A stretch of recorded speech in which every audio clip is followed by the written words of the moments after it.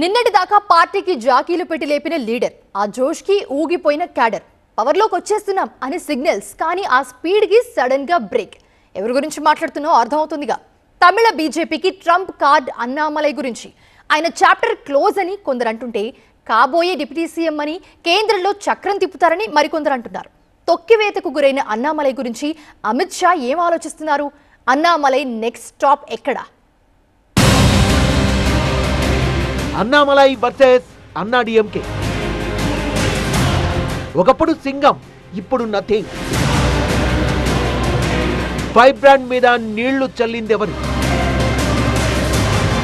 కూటమి ధర్మానికి బలైపోయాడా? టికెట్ ఇవ్వని పార్టీకి గుడ్ బై చెప్తాడా? What next for Annamalai? తమిళనాట ఎన్డీఏ కూటమిలో భాగంగా బీజేపీకి 27 స్థానాల్ని కేటాయించింది అన్నాడీఎంకే. మైలాపూర్ నుంచి తమిళిసై పోటీ చేస్తారు. సాత్తూర్ నుంచి బీజేపీ చీఫ్ నాగేంద్రన్ పోటీలో ఉంటారు.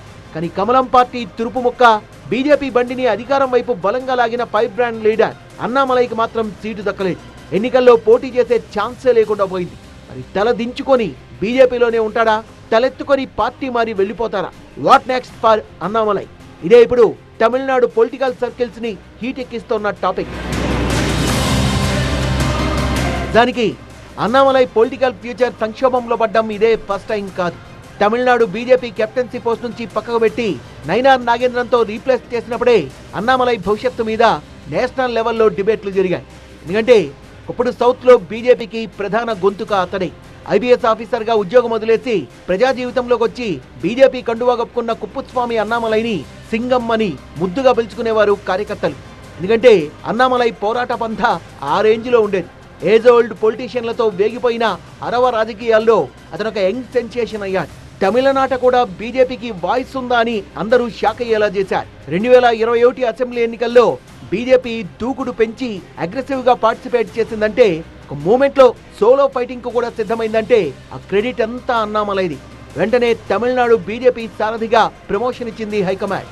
2024 లోక్సభ ఎన్నికల్లో ఆశించినన్ని ఫలితాలు రాకపోవడంతో చీఫ్ పోస్ట్ నుంచి తప్పుకోవాల్సి వచ్చింది. తర్వాత అన్నామలై పొలిటికల్ జర్నీలో ఇది రెండో యాక్సిడెంట్.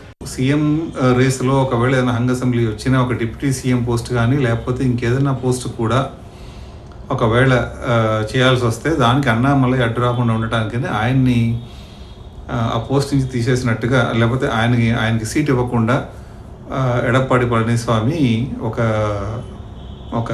ఒక ప్లాన్ తోటి ఆ సీట్లు కేటాయించకపోవడం అనేది జరిగింది. ఎన్డీఏ కూటమిలో చేతివాటం ప్రదర్శించి బీజేపీకి చుక్కలు చూపిస్తున్న పళనిస్వామి తన రాజకీయ శత్రువు అన్నామలైని స్పెషల్ గా టార్గెట్ చేశారు.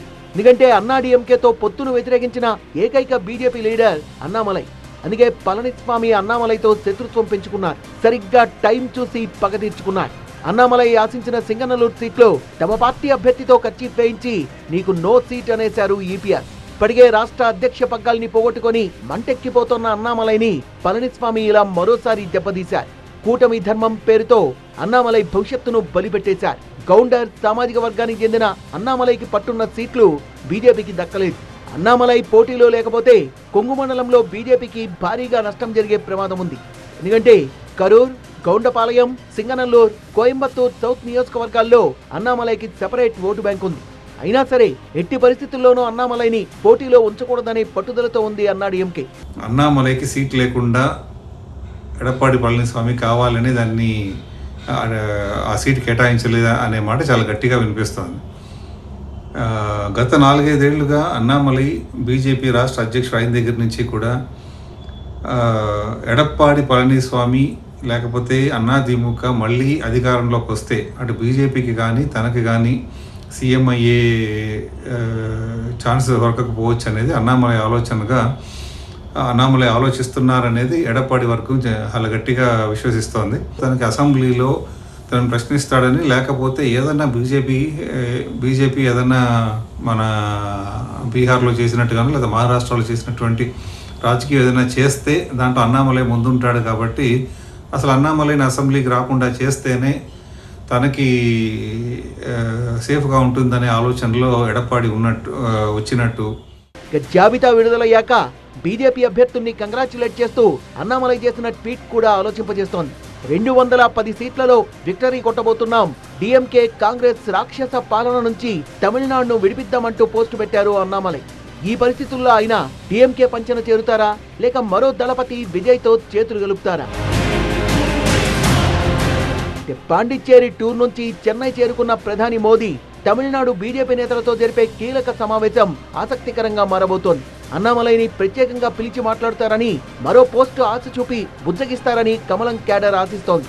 ఎందుకంటే తమిళ బీజేపీ వితౌట్ అన్నామలై ఈ ఈక్వేషన్ ని ఊహించడానికి కూడా కష్టమే.